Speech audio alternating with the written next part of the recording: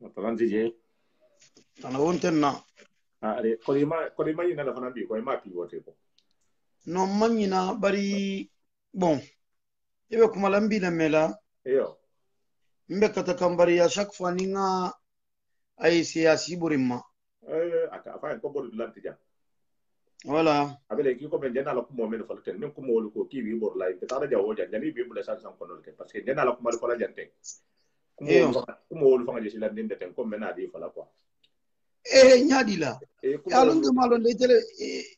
ko bi tele bullante malonde. Yo le ma ta halo ni men ji sigiri ndante me na la men bombarda da sa. Bari Mena ko mo men bombarda. Ikanga be majigiri ndondi nti kammela nyumala. Kodi. Aha. Etulu benna. Iyo mbi kamele ile auditeur lu fana mani kani ba Analu altulu benna ko jama anal tulu benna na nga file dungato nga écouteur do bon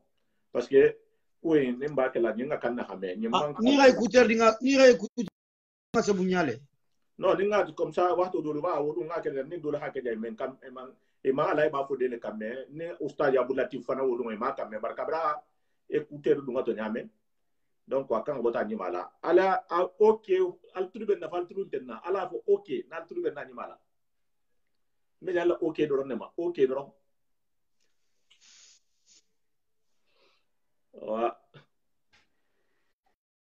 bon ok c'est bon ok c'est bon voilà c'est bon ala barka ala mun nal sima yala ala mo hera kala naliya mbe taala na wala hadata kisan directement be afalan ko a'udhu billahi minash shaitanir rajim bismillahir rahmanir rahim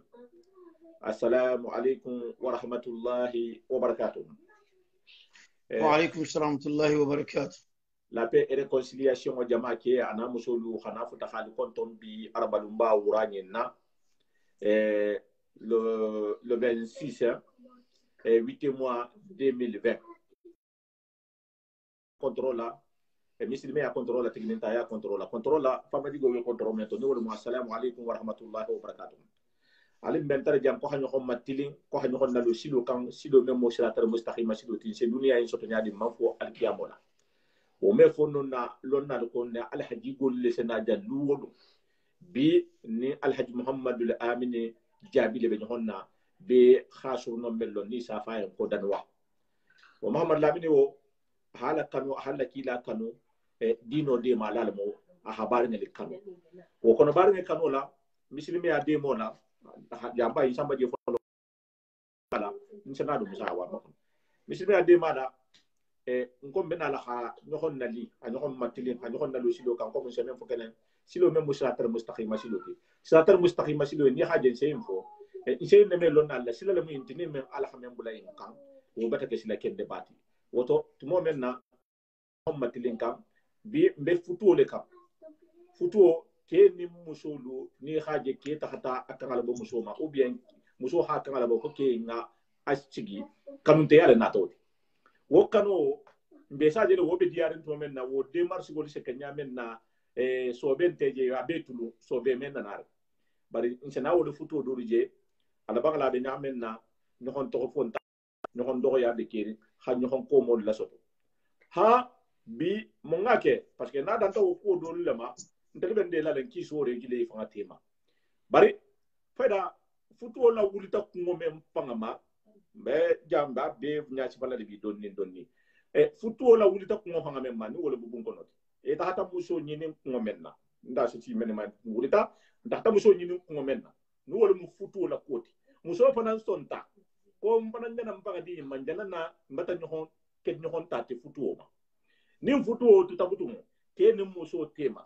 ko on tela on tije putu malo silen nyin ko bela wuliri mem mabutu na kumo damuto le joti nyana briefing leke alhay muhammad lamini bata fahamu betilin di jamben dala parce que ni itaka muso no fa na mi roto ibe nyalla ma futu le la bara tumo men na futu on tije butu muso libati dala kasi wala dala kaso libata si majam fayda ko muso siama ba ko kanya fayda ko kunta mutari fayda ibe sigirin fayda bi fanga la sigoto donc wo kono na bata si no ma fonga na ne nganyo hakili bula parce que dole fana be ke kay ba ke kan ne tuma do malon ko tanamo e ba ke kan ba sa menya ko ke muso hakan tula ke kole ne mu ke ha men fo muso hakan ne a hake kan la batu son talo ma do wolu mbole kan jam bolle fo kan jam bar sila jomanna asike nyaadi o to Allah ma malabini نعم ijabi مرحبا السلام عليكم ورحمة الله وبركاته والصلاة والسلام على أشرف المرسلين نعم سيدنا محمد مصطفى حبيبنا بن عبد الله نعم صلى الله عليه وعلى آله وأصحابه ومن تبعهم بإحسان إلى يوم الدين. إجا من تونيا يبو ولا ولا لا. no mbe mbanye ndingal janna ndu ma jambal janna ndu mu ko ngado mo no ke asana awa yenna video la ke jago yakotale non golo ngam الشيخ مصطفى نعم mbi kontonna mbe auditeur lu bela de ninga kontonna نعم ibe ma fan wo ma fan نعم khata afrique ma gana europe khata amerique نعم khata asie australie océanie نعم nam golu bele continent ite نعم tuma do dolu be laring be sino ko labari dolu be nasaka kan jor be ala ne sala fana dolu sena la saka indiféré la نعم na gergero control be sila bela kafri mama نعم mba foli be yanko assalamu alaikum wa rahmatullahi wa barakatuh وعليكم السلام نعم kula na gergero control be sila ahlu baituluma نعم kila bundun kolu mbi be kontonna ke mana musumali be jan wojan نعم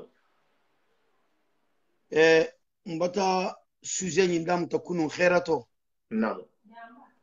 alamu nga continuer kan khairato ba ante banna ان شاء الله مين كان alamu fana hakem tul munafan fenti hakenna mer la lu fana munafan fenti اما من الله يا ربي marigo ya illah ya rabbi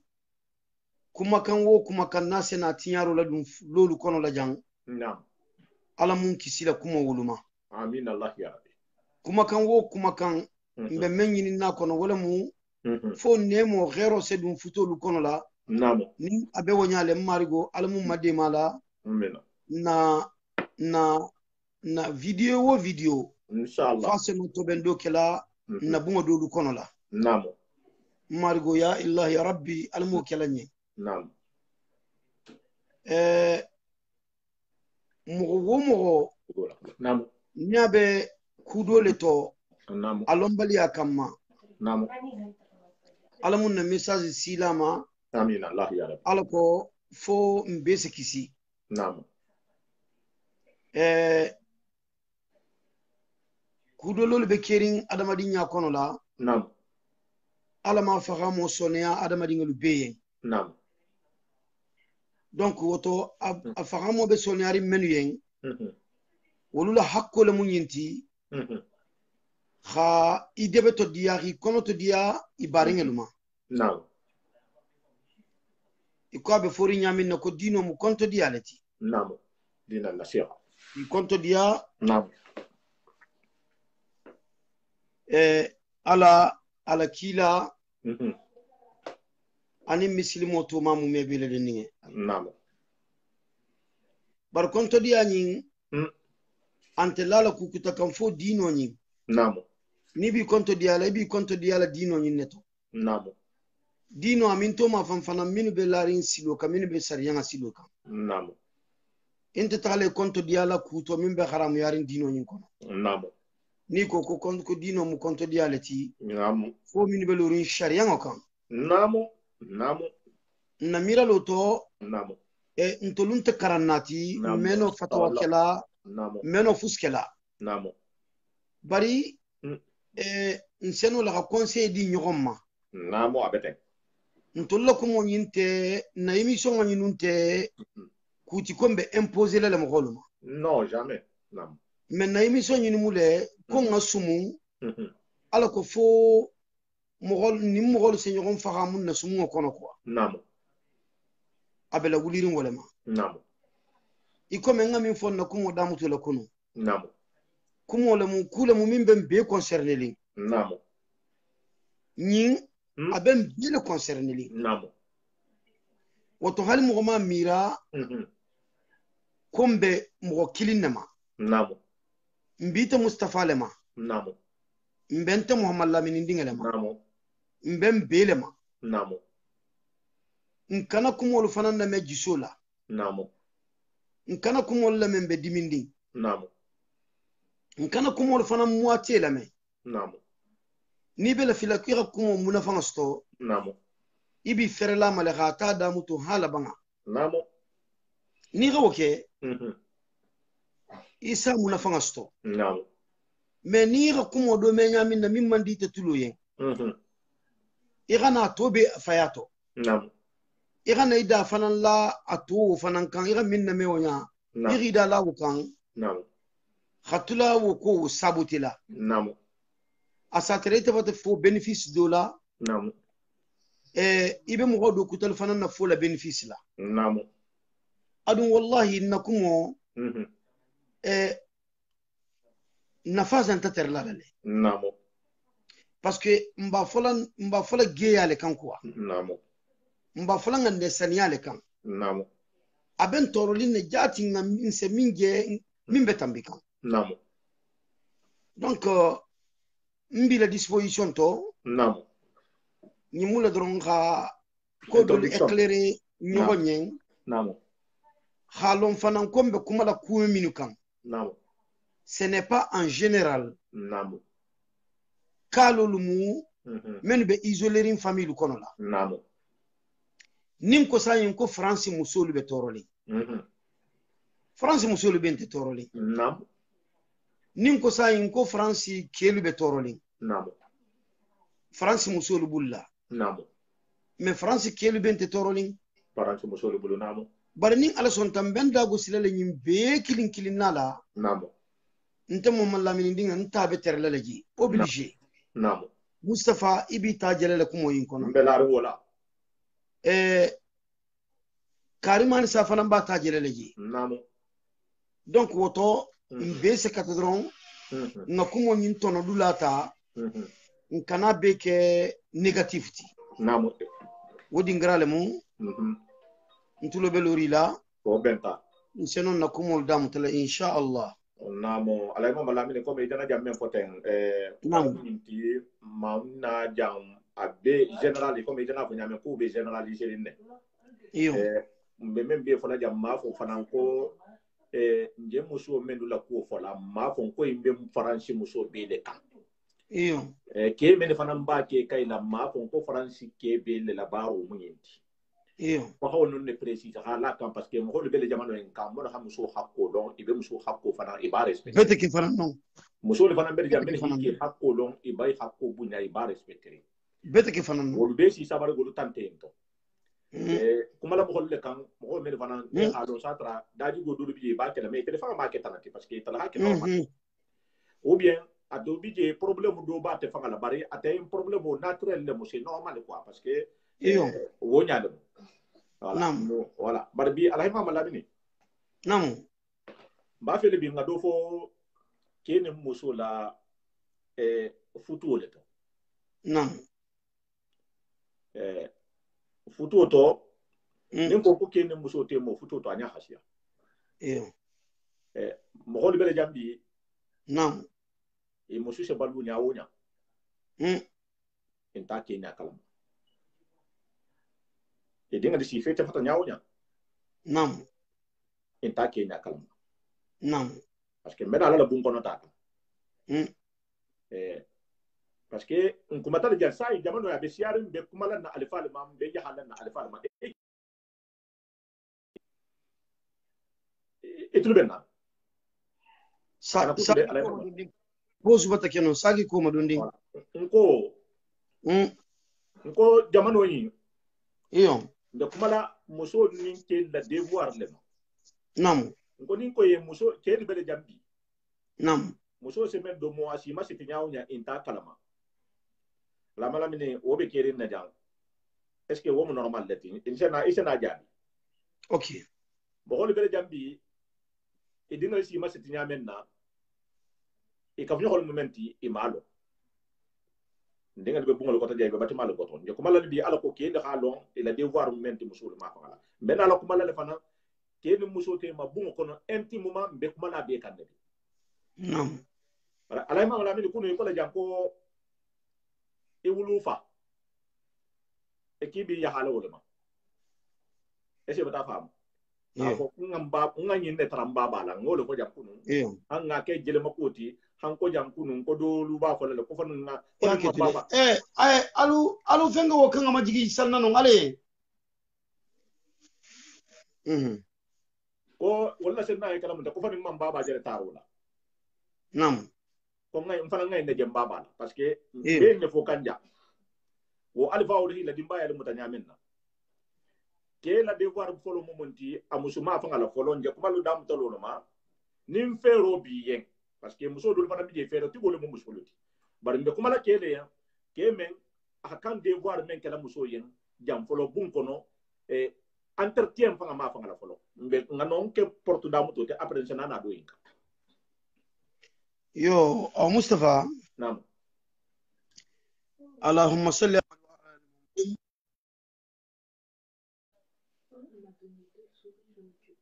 ala ge bata kuntu ko je kuntu dal saim ko na ngo je kuntu dal saim iyo mo do lo hakillo ke mbati la banque wala me namo ke la droit min beje musula koto namo nakara mo goli bata to saginya hantul talibinya nan dingal bata faham namo namo ikoko alquran ko ba'da a'udhu billahi minash shaitanir rajim بسم الله الرحمن الرحيم نعم يكو الرجال قوامون على النساء نعم إلى آخر آية نعم كو كيلو ولول بلوري مسولو لكولا نعم وكم بيبان نعم على فيتو فاتو على بالو نعم على لولا نعم أني نامان كندي نعم ومن بيجوتي ونيا نعم التلا هو بيدون كيلة بولا نعم مسوكان نعم bari muso yin sa dunga bulla la kilin ate kenyin na sake sababuti anin muso la kafo kono la hajido ke gadingel la siyaya نعم wul fanan na ko na ta denki la tu نعم ila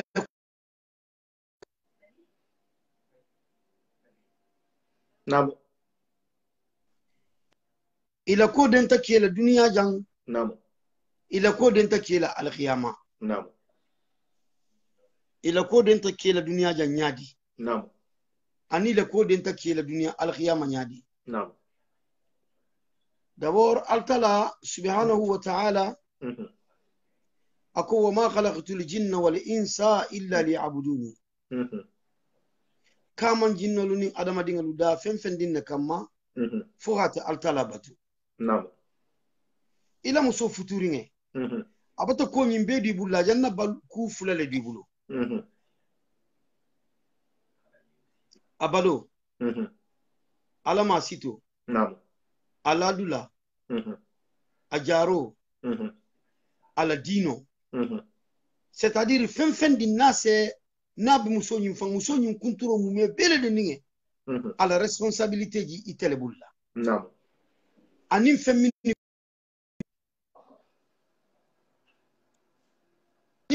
bebe na la dinna muso na نعم khafata item gola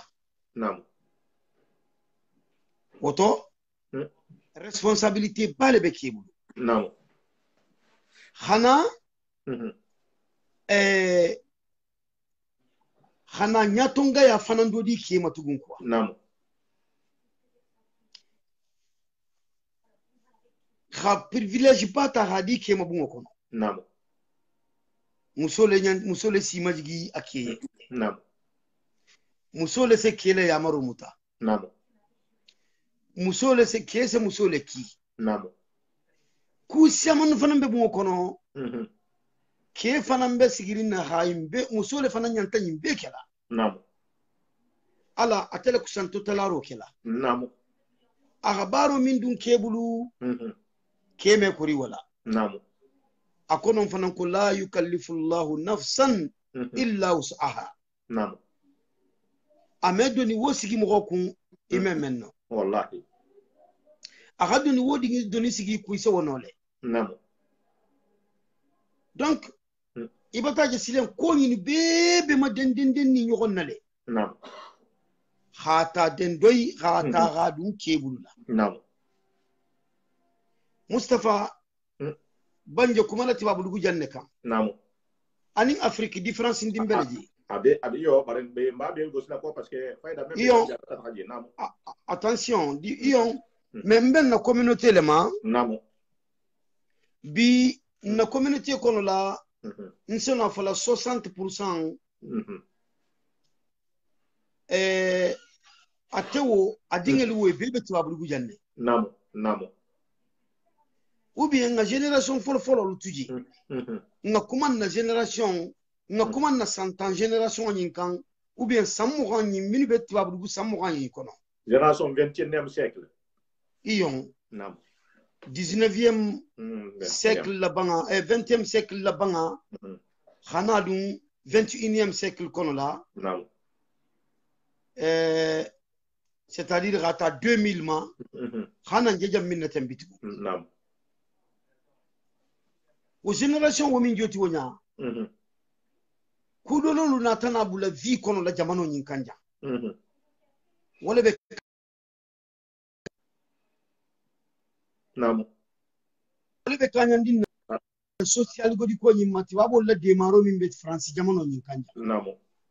nyinga fitina bale dun na bungolu kono la namu Mustafa kelu be jam ime social touché il s'est occupé le bon kono fanan ko bema namu itolu din kirin na babulu fulale mu sabale mu nani le mu tanne mu a hajuman tere wala namu godo min be sotola a hajuman tere wala namu bara sala bungo sara asala dimba ya lubalu asima city namu godo sotonya mtenon ko namu bara te ken na devoir abe okika namu wokelu be jam namu kelu fanan be jam social nyimbibi to le bulla namu nin karo banta tuma menne batu kuralo na ko la musolu be barala nin karo banta nin social godo yin site to la konti kono namu i miron te tibabur gujan kambitu namu i batta projet gigantesque déclenché Afrique namu i batta hi karo gosi wala khero mi itul dunni la musoni dingal bebe janni khero min be soto kan famille nyimbulu la jang dole bije ise godo wota kha dingalu privé ala kha musolu privé ala kha tahabula bankoto Afrique namu itolun tilala bungo kono bungo wonte fenna dunna ituluma i bon solu yamino abandonner jangonya khila éducation sociale abandonnée khila éducation académique abandonnée wala bena la loli tul koto la sinin ila bungo lu meku gasano woto namu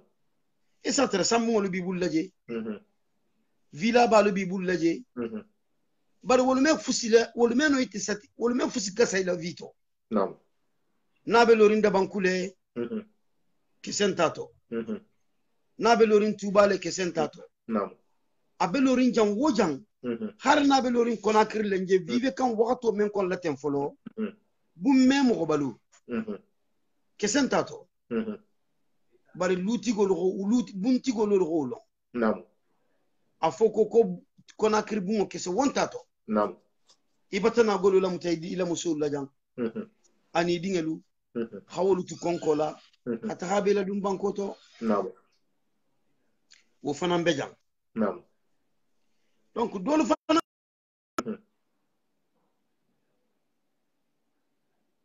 namu dolu fanan be jang namu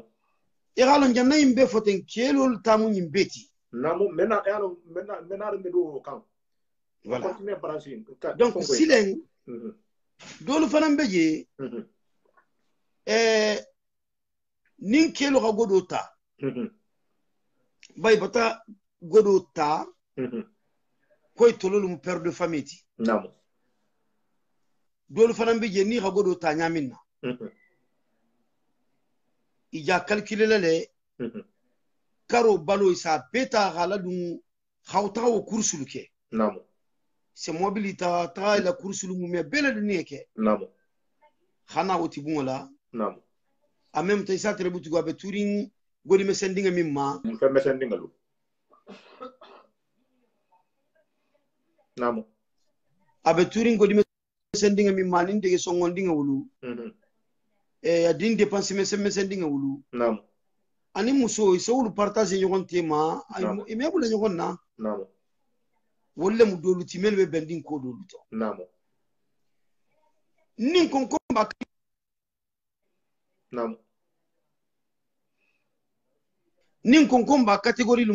madanna agasia donc ntena la duna détail nyimbe kono la non mais nke ngalo ne ken ko social la ha problème bale créer bon muso dolu fanan be kiri kese dinya social nyimbe ma namu dobeji kele social nyimbe turin ko la abulula namu ke ba ma de mala fanan tugun ko kutalu kan namu ate se godo nyinta amen fani nyuma san dingelu namu yo amen samata nyuma san dingelu yo amen dumuru nyuma di dingelu ma namu c'est-à-dire ate fangala godo amen ate fangala fani son wosi namu ate na dingelu la godo me ate la fani son wosi namu wodi dingelu fanan be jang wo musolu fanan be jang aki malu fanan be jang bolle molti mella nato mella domo siati so itel ibe mel voilà il est na to ga siele sototi namu wolu fanan be ji namu musolu fanan be ji wolu social bi tolle bulla namu bien ko be dengale mu mais itolle ko sanga gérer la namu ise dindingelu masiti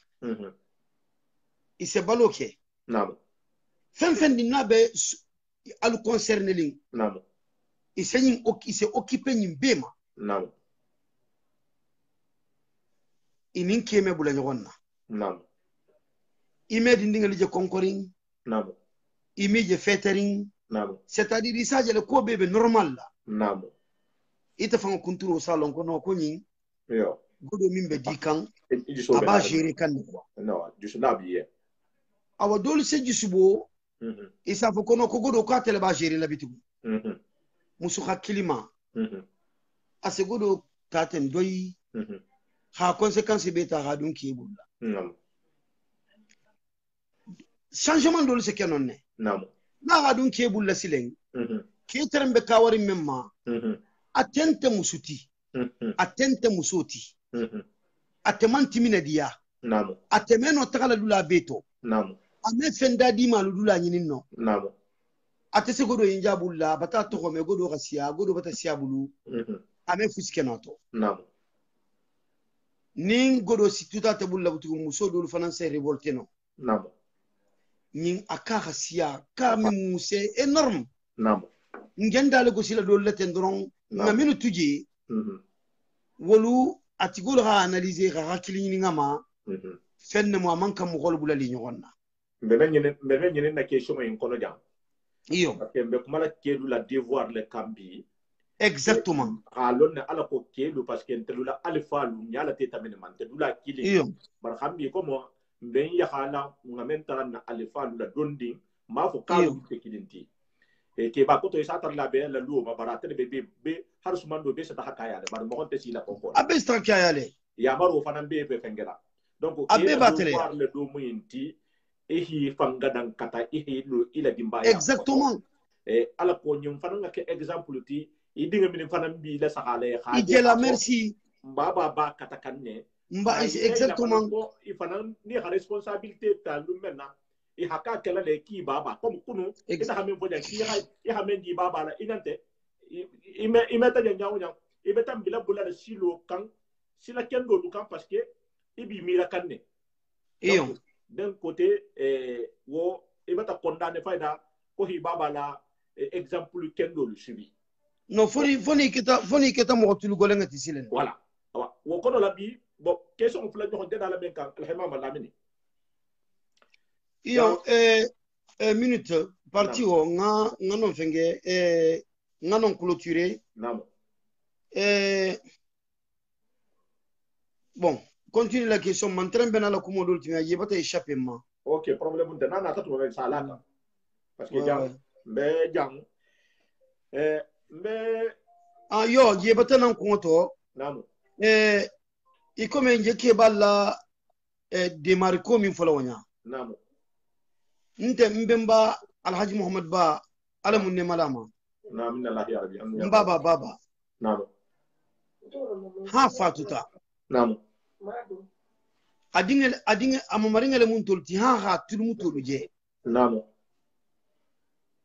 nin salo sita namo nin salo sita tele sala dimbaya adinga namo adinga la salikino namo atele se usuma namo akeba atulmu tol na sere la bata uluje namo nin salo sita atele se wala sumandu atele se usuman ga dima namo khaytele dron na kebalu ri le devoir kele i comme alga fo ye nyamina namo fanni terrain senno e bakika namo ntol dumbi mo golga sian kono la mini senno bari takila namo voilà non batabe ala nani na wala hada follow ni kola nsame ja hangol la ko ma nyon nin ko kana kunya iyo ma nyon nin ko kana kunya nam mfana na kunya dole mu inti bi hana temu yinka iyo e comme ma nyon nin na kunya katamenti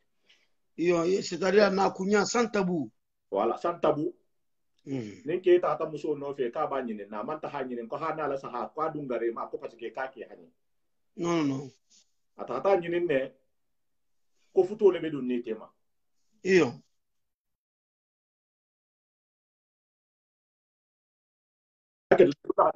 dona hankili janta wala janan mata kuntu kwa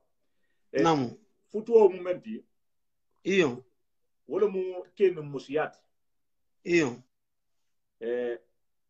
na miro to ke hakanne hamuso satisfait nam muso fananga kanne hake satisfait ben kanto le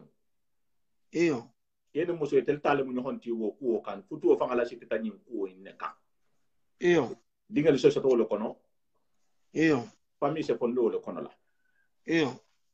bare tumo menna iyo ngalon ne ke lunte kilinte muso lunte kilinte iyo bi muso do la dara kaso be siare iyo sahawo membe ken muso la kafo ne mo memba kono iyo muna fanga memba kono iyo adolu bije kabri shi ta futo la kitere ma muna fanga duladi nam isa hibaro le me nam bari malo ha fo kase kele nam akele moti nam afula no momenti nam adolu bije ninke batole bari ninke hakuda muta bon e telefanga mi to ben satra ke batakura fayda isa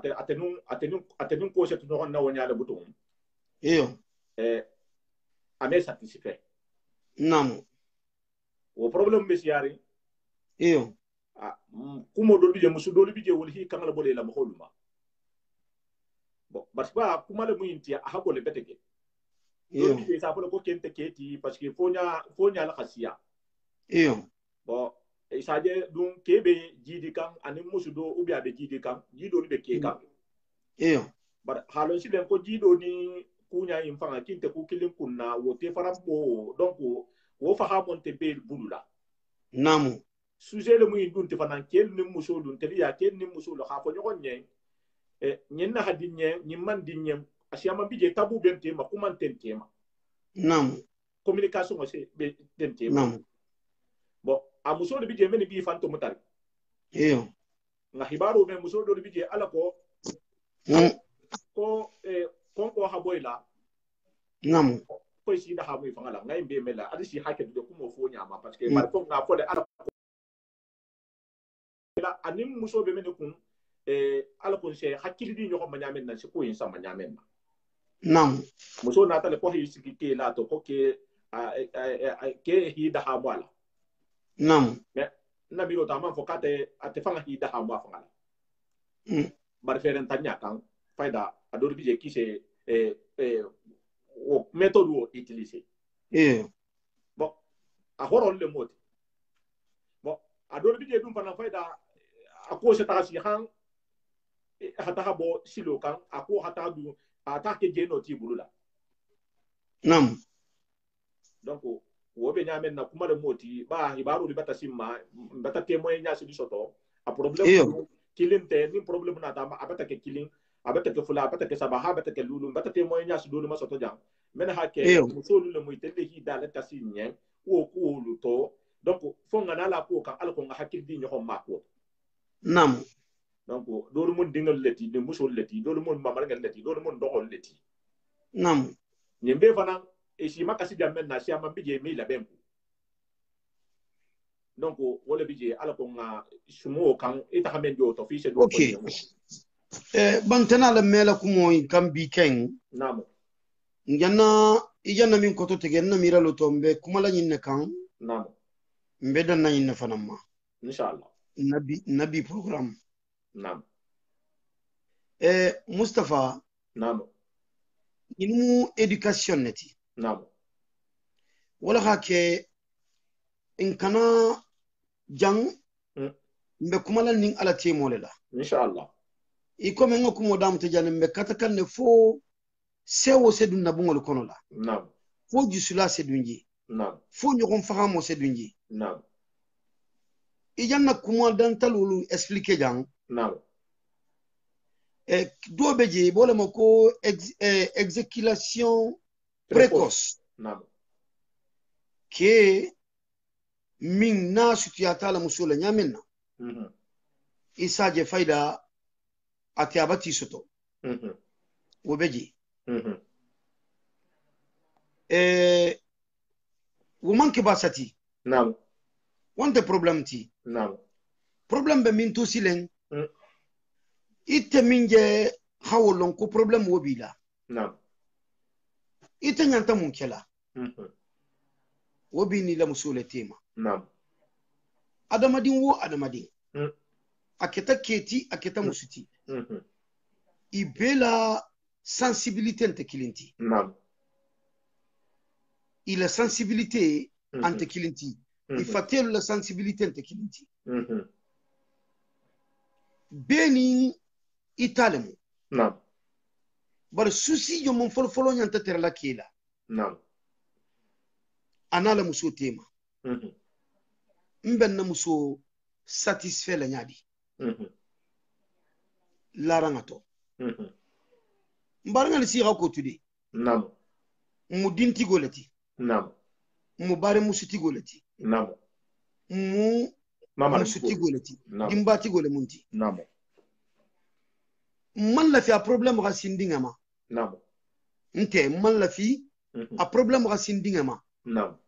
man la fi mbita musu ndinga la muso a problème yin soto nam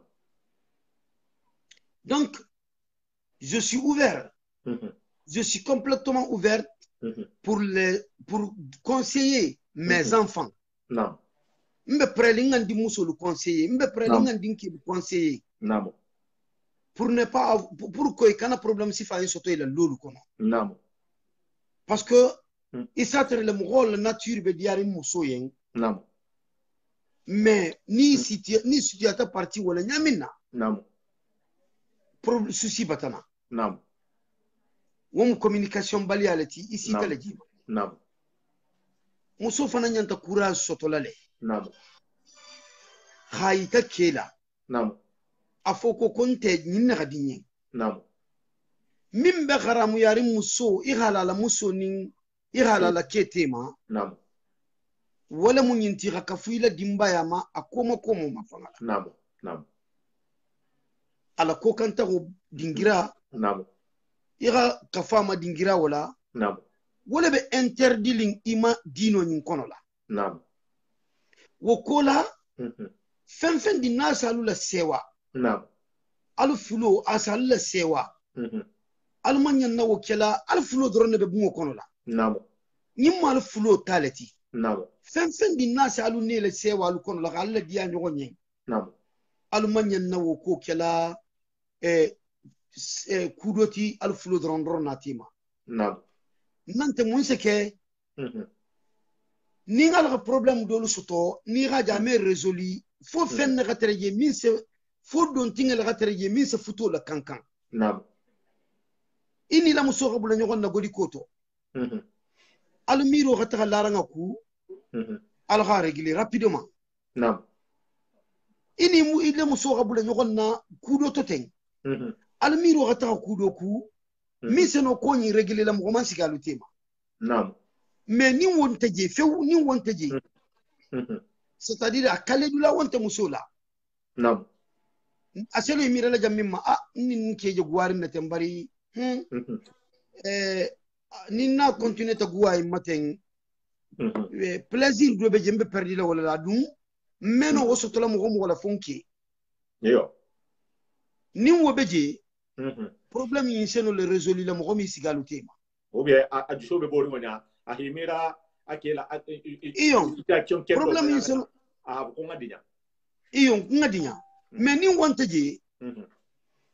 wala se ko bela bo bantoto asiamanto wala sa ke mo wala se tari exposé parce que fente je min si la kankan quoi Naam. donc c'est min fo mbari ngelu yen Naam. a problème be muso keminuma Naam. ni wonta problème be muso minuma Naam. e kemin joti wonya min meno kabiri na fututa san jalu Yo. ite ke ibe dinga sotola dron ate fanan ba miralin ko ite fanan je satisfaire ne wonya Yo. parce que dolu ba miralin ko itolu je dagamo min sotola wonya Yo. ko dagamo wo fanan ko muso ko itola dagamo wala muso la dagamo ti Naam. Ya to tala. mbari ila dagamo wonte muso tati di Naam. ite ta ifatele moti Naam. a fanan fate be nyan la mimma wonte inti ko ga magala dron no min jambole fate to wonya na se diyen Yo. a fanan hajo bo dolale Naam. bari te tale soneyata ate tati Naam. ha bai te tale be soneyarin ikana gabu ila tangata Naam. ima fa Naam. min jibul labu kono itale mu Naam. ikana khamu Naam. kukundi naseno kumin seno akela fanan Naam. ikana exécution précoce soto Naam. iri wakali ga sumu ini mogol ga sumu expérience be menula Naam. iri le problème nya karam mogol ye sa fo yen Naam. inyanta min kela Naam. des fois abe kungo kono la jang Yo. psychologique le mu Naam. a se ke mogol la fanan deux fois isa tere mogoni abatambe ani mogoman ani ala dimba yalu man nyogonje Naam. mais ni ga nyogonje lummenna wonu ngoy satere tellement que a hakilo be kenyerin Naam. isaje asiso to junna Naam. mais na ko kabe wotula la miro kon la wonya hawo ki comme un problème lati Ah, que faiblesse tête quoi. non hawo ki comme un problème la jannata masto na ma ke ku wose kayen problème ti Naam.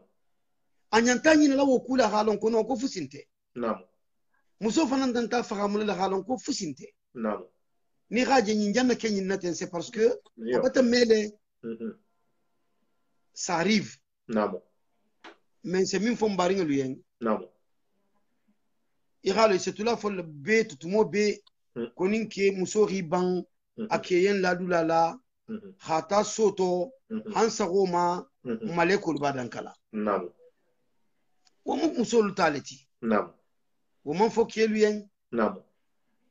parce que muso fana se kudul la munyano keme wo munya نعم bar kemi nu kemu vitesse titen wolu ken fana problème wonto wala نعم wolu nyabe mo go faté jele nyami na lui ils sont partis نعم wo mu psychologique lati نعم aman kan kele problème ti keni muso tema نعم wo mu hawlu nyanta mon kela nyanti la position nu mafalina نعم nyanti la hakilo la barala نعم inyantalo no ko i halalo le jibulula نعم inyantalo no ko ni mu gomini je baluri nyogon kan wonya نعم ikana son anita gatu amiro be dula kutai kana son wala نعم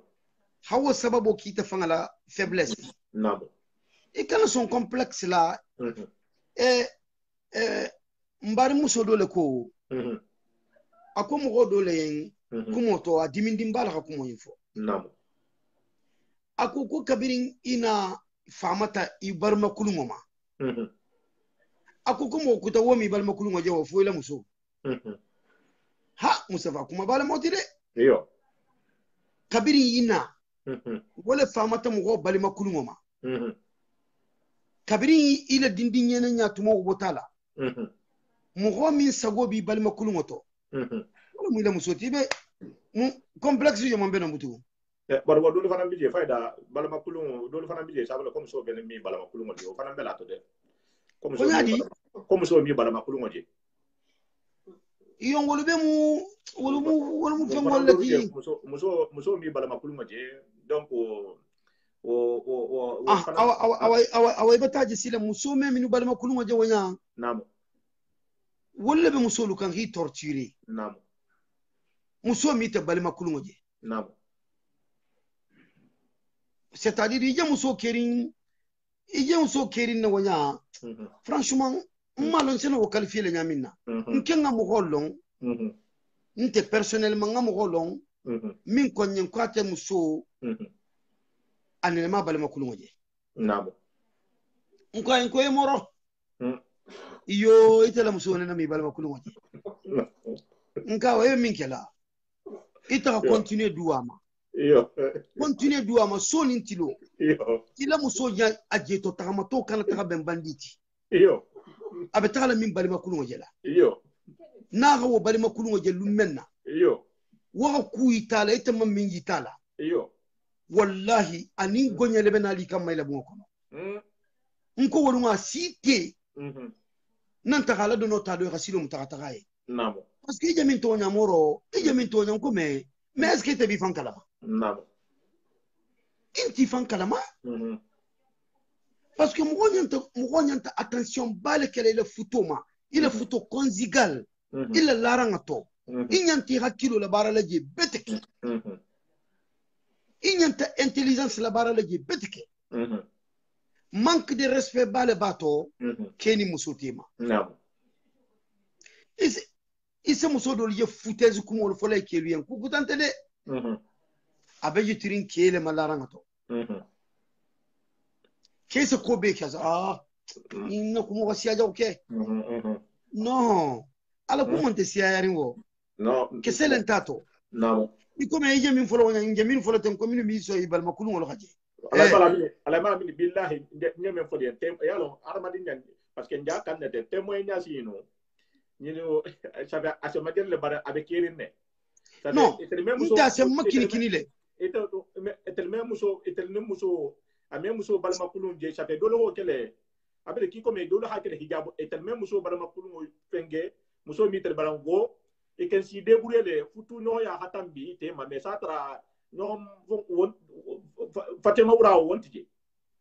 i débrouiller la pour la table no tema donc wolu be keri donc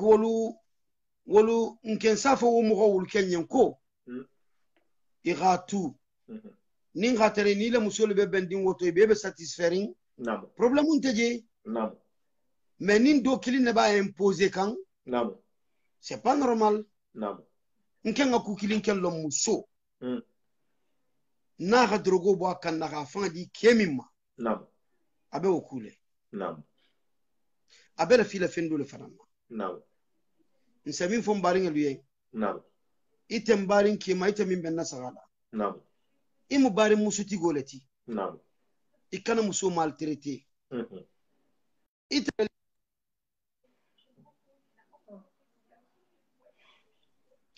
ikana muso maltraité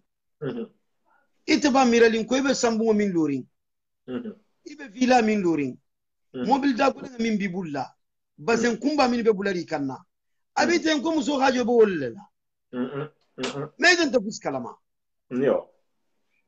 inta ku kalama jam min nasile ni ga muso wota ita ta lele iga fenga wo beta habula à disposition iga na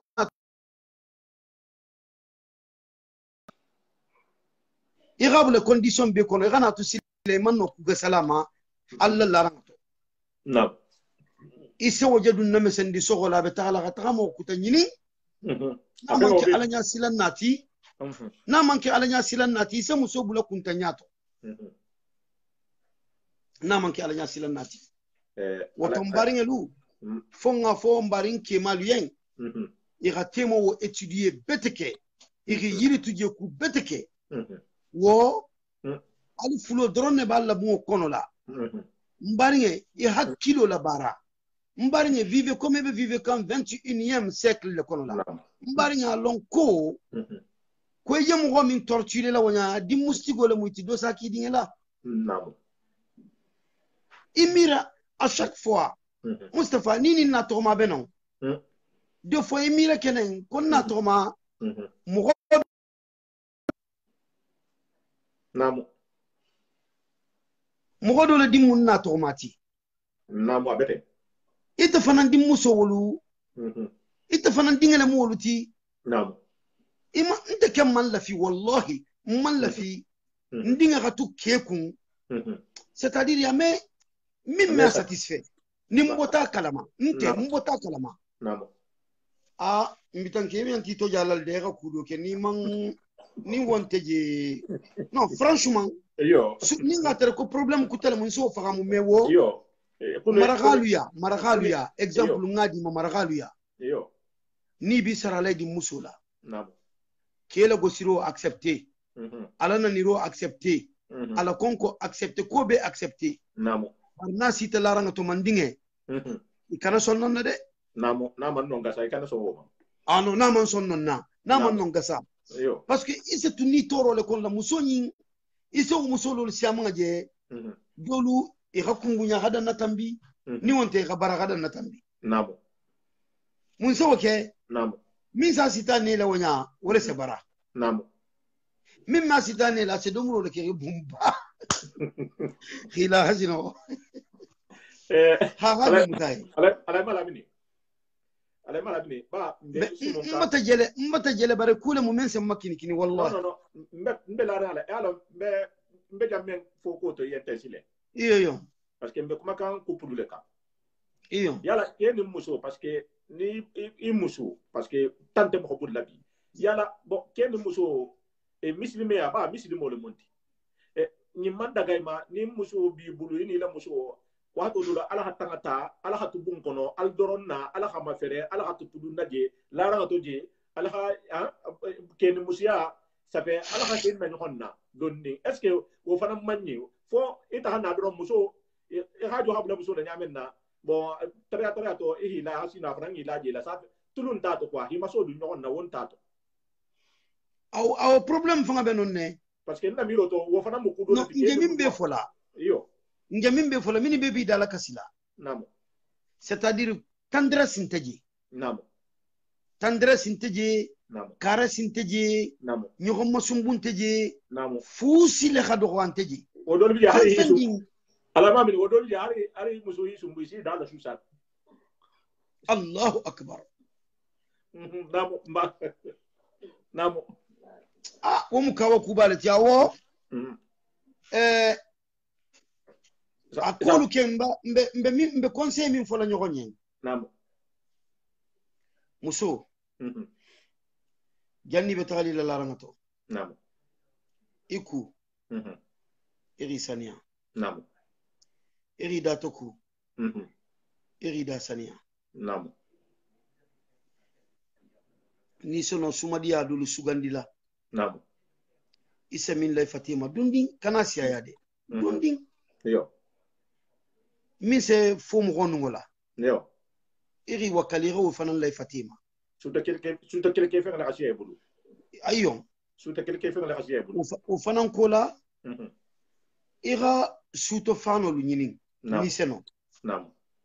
hal ni babula li kanale 5 minutes doron namu nalbe ma fereli ira na ira tambi kenya koto ira hakilo bipe namu hakilo ira bipe namu tuma do ni roke namu fendo sena kun kono la namu atale muiti namu amiro sena ikanko namu bari ni man méthode lu nyini o man sonea kelu fana mbere je musolu siba minu la nyogo yala namu wol fana nga fo mbarin kima nyini fana nyen namu ida broche ni mu cigarette min na le ti da toku namu iri fanga saniya namu iri fanga toben namu iri fanga sumadiya yo ikana son ikurkutu ma gatari bula ini la tarakasa kunanga gatari bula laranga to namu ni roke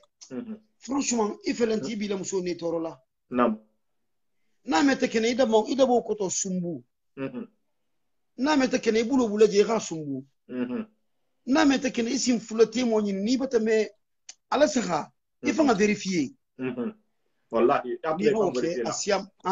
namu parce que ite me asanti wato ni ma ite me asanti wato beto me ikafnyo ko sa santi dole bi je me afo mo yen namu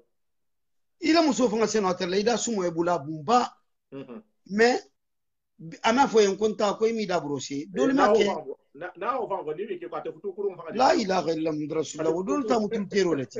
iba yuturi male ka ko konda sumo e bula c'est à dire fen di nim muso dole be je fusina ga di to ni ga fo ke lien isaki bulle keloti namu ni wonte fen di na ga di na c'est plaisir di to luma namu ni ko ko bo hakilo le bolay keluma isa ko bari ita ga in lom minto jongi mani ginyina namu awanga fo lu fana nyen ko adama dinge hali muso soto ta wulo kono la wulo kono pom namu akilin abe wa kono la namu ahalon ne ko sumburo be kirinne namu ahalon ne ko karesi be kirinne namu ahalon ne ko kudo be kirinne namu naturel yo altala la mo dawo nya kana yimbule mo goto namu nkanam nyogon toro nkana nyogon toro kulu la min mu manka nyogon toro la ko minula alay mana mini nana suto quelqu'un faut suto quelqu'un fait la ko men fo jan sainte iyo nje exemple dol tala karamo dole nana bata fo na ko de jan karamo le mu iyo wurdi la bale mu kilim tasbi juruma fayda tay na la wurdo mutala muso dum belada ko koto iyo moro nyine fe ngata muso lundo butu muso fayda adun ake lo bala iyo ya dun tasbi menta wonya dun ngalo no ho wurdo dam da fayda be na la fengelale e to ta jenje yim falla ala ko hakilo di muso li fanama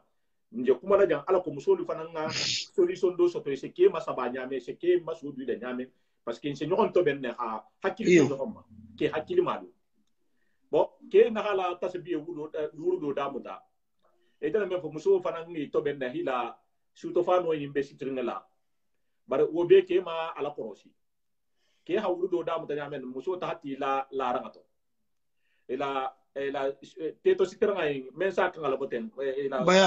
baya ni ten ke muso beto ositi wo abato ositi wo toni ba teto bon atati la ke bala wuri kilin tarsbiye wurdila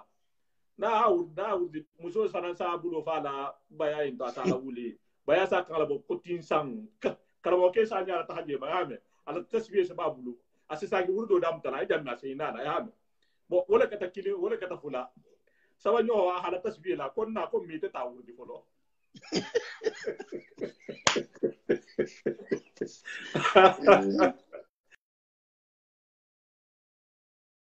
urdu folo ko ta ko do sama ko non do kele iyo eba ta muso la intelligence de ba na ha fa ya modi do ma asapende bari afana ta to provocation bulol ma provocation dina me fa ke ma resiste no amara urdu fu sinade ako wala aw man wala fo jansani iyo awadula kilimbije namo dolu fana se musolu toro jay sa kenyadi namo yin fana mu témoignage golem balati namo c'est-à-dire itolu ini la muso min be vive comme lo majan ini wala kunti ni wala tema namo bare nya be telephone inate namo atela amour mu telephone walati isa tere mo do be fo afrique namo ate asa sembo be matinya ni wo mo wole namo aha gidi kese wo gidi kese Mustafa Fata Jalla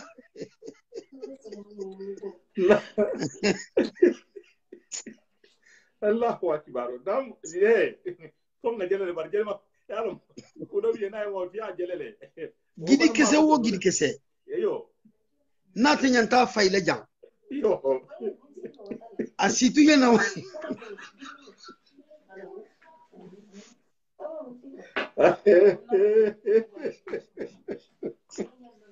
Koradu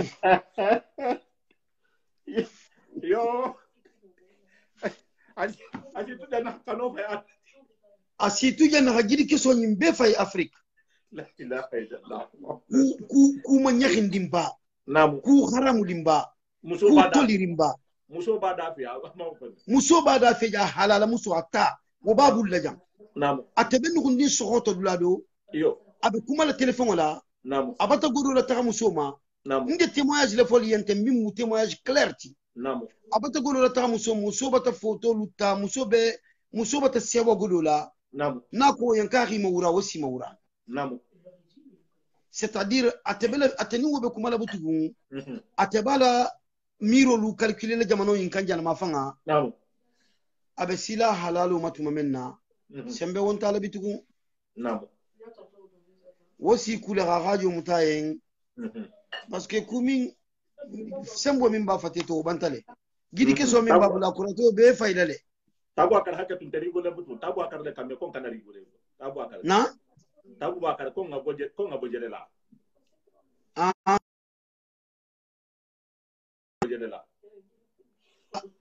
atawata kurala gidi keso be fayda namu agana na simu so mawtu wa kori limbao namu ase kukuta bula fankunna namu wallahi nje kumo ndembe jele kan mais jele makunte namu seulement comme mbata fon ko gidi keso ga fayi yo wodron na quoi mais sinon ce n'est pas du tout rigolo mfandin to wallahi parce que mun be kiri nyantale fen di nasen na problème doya na futolu kono nga wala nyanyini namu nga son ni na kelu hatula kumala namu jamimbe mankeri mayini da kete ma foyen ikan taga fo mo kutaya fo ke namu nta fayda problème dimbe je nyi nta jalma nyi naga dinye parce que problème on te kelu kennawo ni ra ke min je problème soto la dron bufla isatre abata alagido solijam minanga do kamma afrique atebe concentrer lin wala ma wotuje namu wobe sigiri non wobe afrique non ne wotu non womeno fuskela min ngasiya do yinti men bibulo kon laja namu ni tata non tuma menna ini wasita ho topotoji ni halala muso le fam wobe gafisa mais muso dol se bola kalama koy kelu ni musu kutalu be kumala namu me hanya kola non ni ka telephone muta namu isa tere mogo atenene ma min janya kisola aha wo photo drone jeten facebook la tumado ani wo bata dia facebook la non hala muso fanga bata guwaya ngala bungo kono namu adu nyabe wala virtuel le moti, c'est-à-dire jero dron le moti. Naam. Awata la tanga consacré. Nin sawo yeleta anin wala heure belje nanin wo man kuma lumenna. Hala dinga lusumu nyoko ya manda yen wolu. Naam. Ninu be mu fan tromper leti. Naam. Mbari ni be muso futu la muso nyuma futu. Muso futu minga diye. Ala wala fo ye. Ni muso nyin fana na ko kanyanta ye kana toro. Naam. Muso abuluka. Mogola ka kuma nyawo nya abula nala ko bata kanya ya abula. Naam. Asetaka mo do soto min seno atrete la nyumala. Wakado fana bi ala mama lamini. Naam. Muso mogol bi jam. Men ni muso nje mo membo fana ten ki ni ke do beta san sabasi do beta san nanesi han do beta san lulusi. Naam. Kunti nin ke tema. Parce que nde mbe fala le kunti nin ke tema. Wo mo kawa ku baleti. Iyo. Muso be sigiri wo kan wole kan. Adem problème lo hade siya. Donc futu odun comme nde mbe fala sa mele fana. Na hatra ke ne muso na hatra problème be kila. Parce que ndok makan kelu la kambi xaben muso la ni toro ma mele be situation si fa endo bi ke kan. Iyo. Muso la sibalia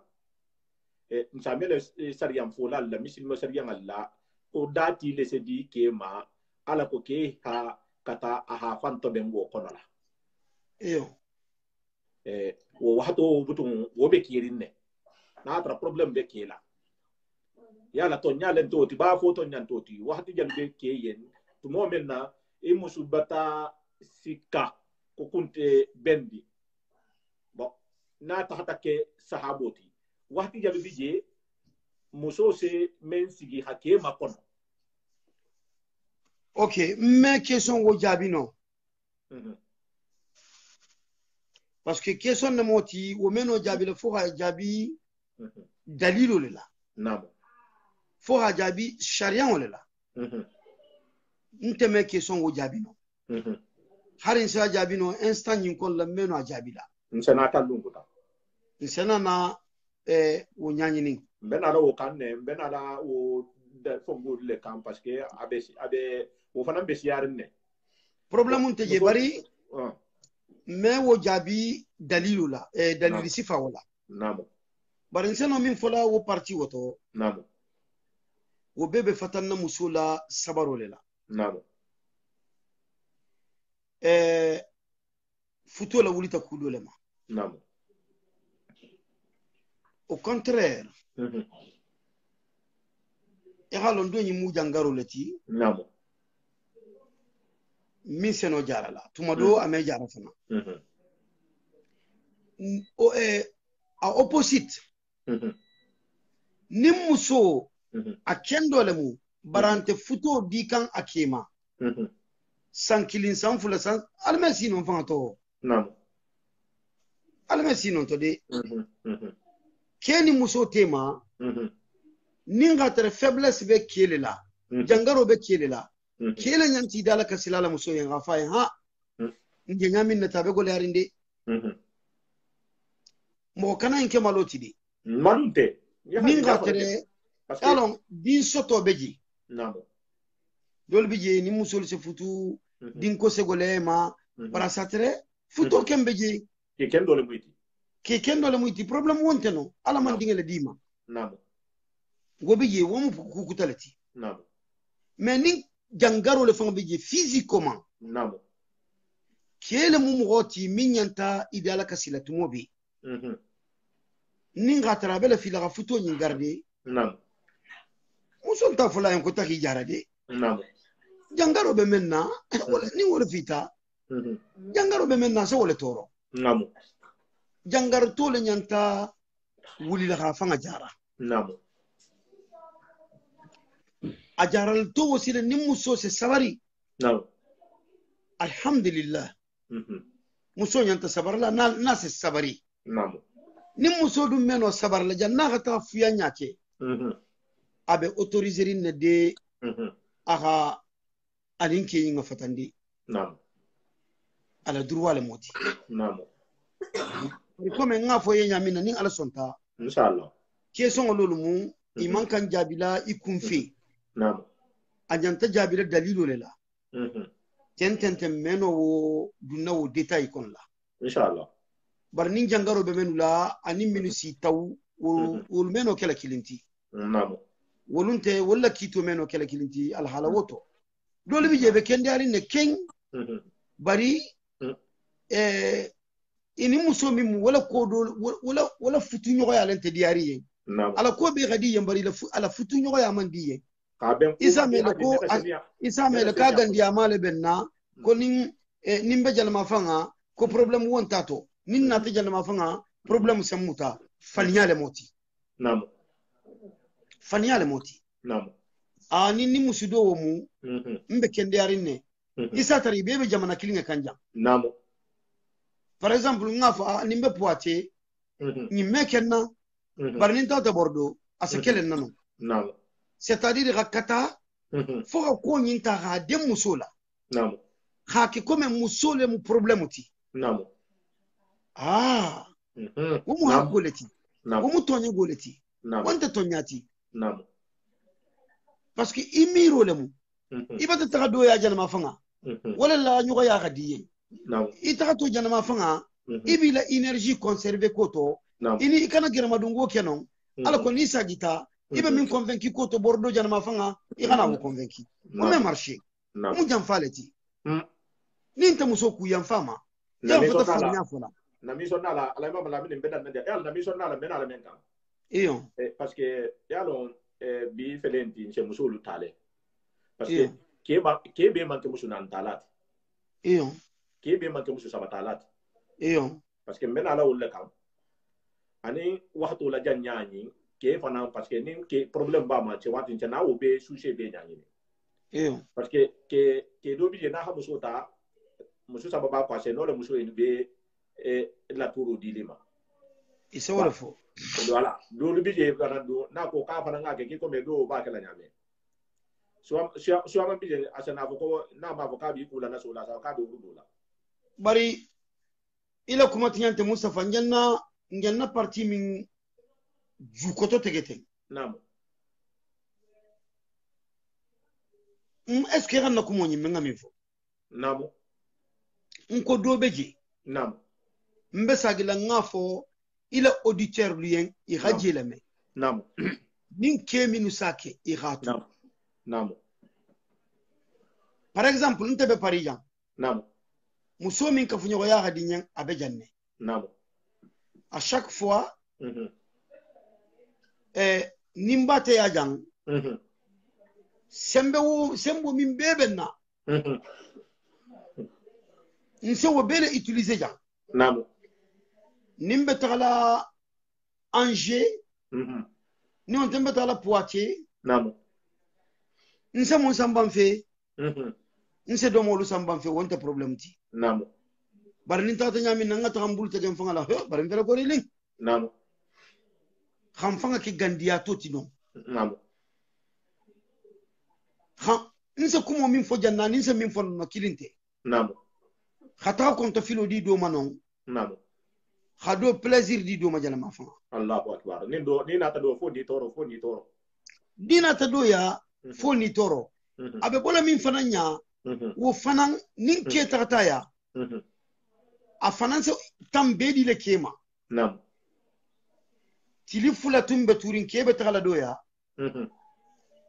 ou bien tili saba ahana wo tili sabo be joki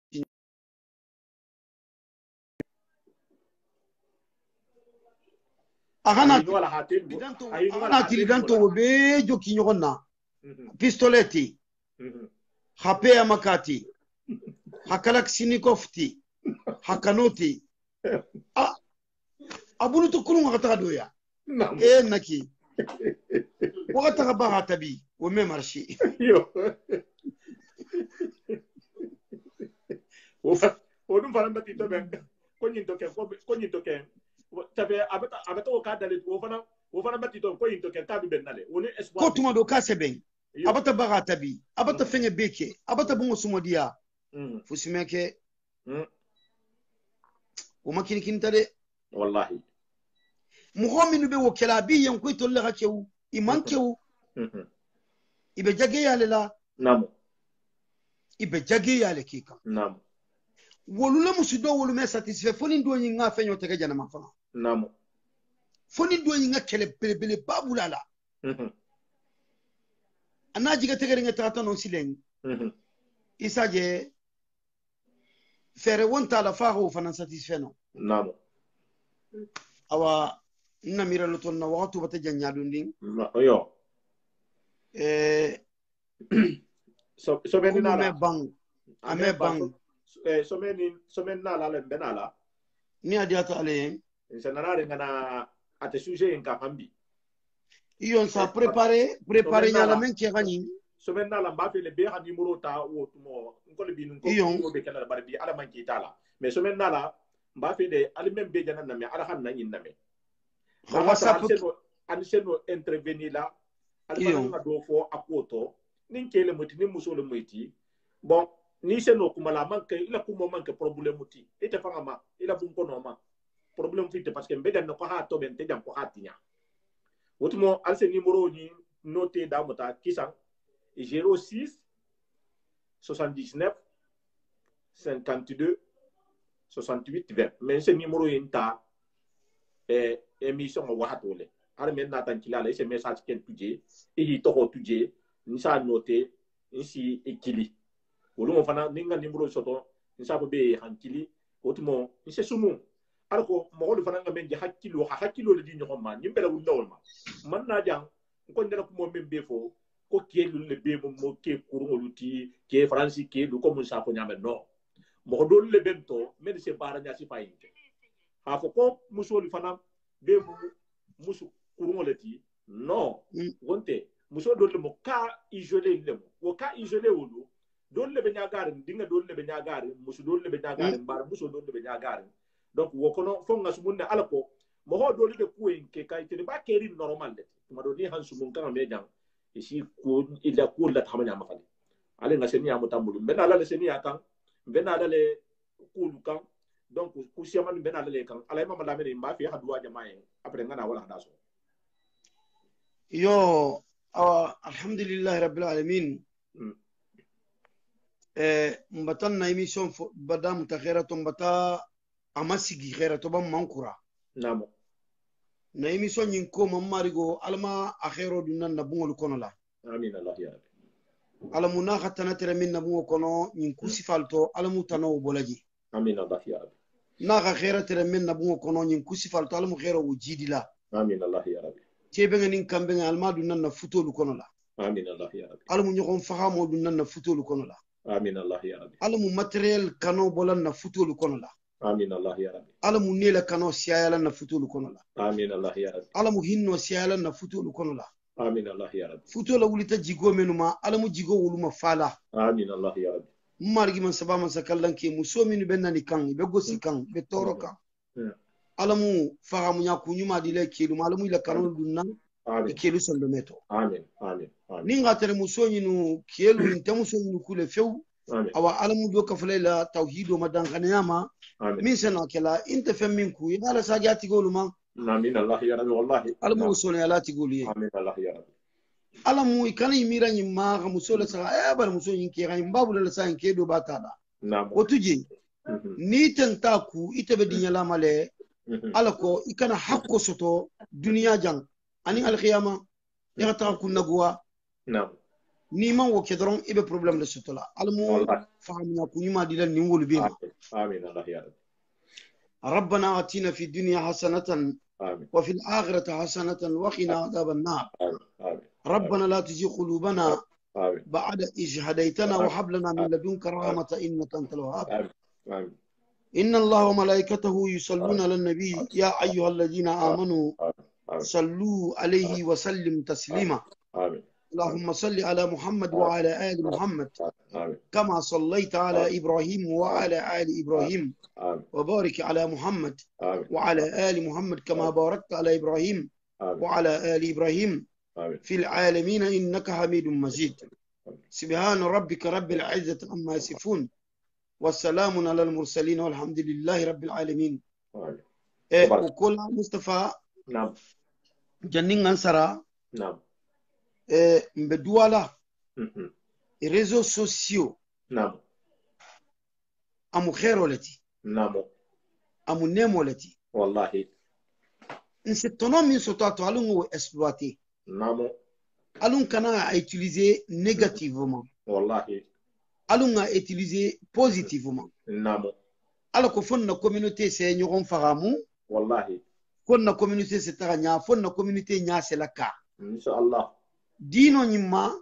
anin balunya luma نعم anin na culture ma النشيد anin na الغياب lando luma نعم anin barinya kenya mu me bele de ningama والله والله aka kenya barinya tobendanti نعم akana kenya barinya fatandanti والله aka kenya ñogon suturalanti نعم akana kenya ñogon ngayburanti نعم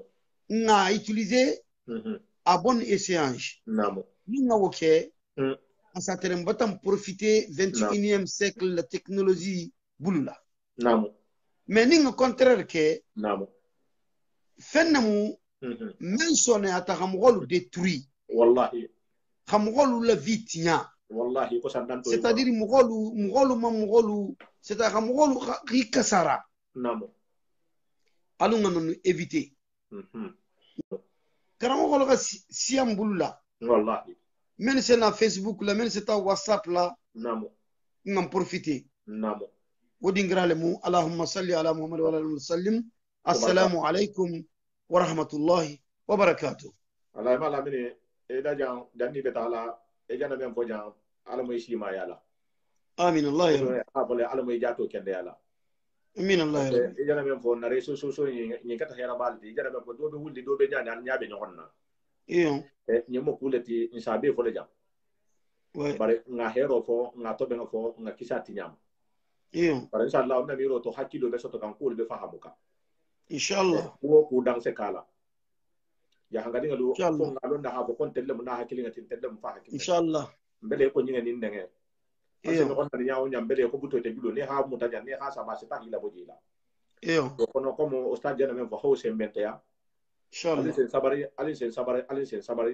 ان شاء الله to e mambe fo buto mun nte foni nga replay ke buto nga be fo alin nga da wonya buto Iyo. ha positif kam buto ان شاء الله donc ko barka inshallah bismillah. na programme da mena da lu membe numéro fana ndena numéro men la be ha inta nin rendez-vous di lu menna inshallah on shenanare assalamu bismillah. alaikum wa barakatuh ko barka merci السلام عليكم ورحمه الله.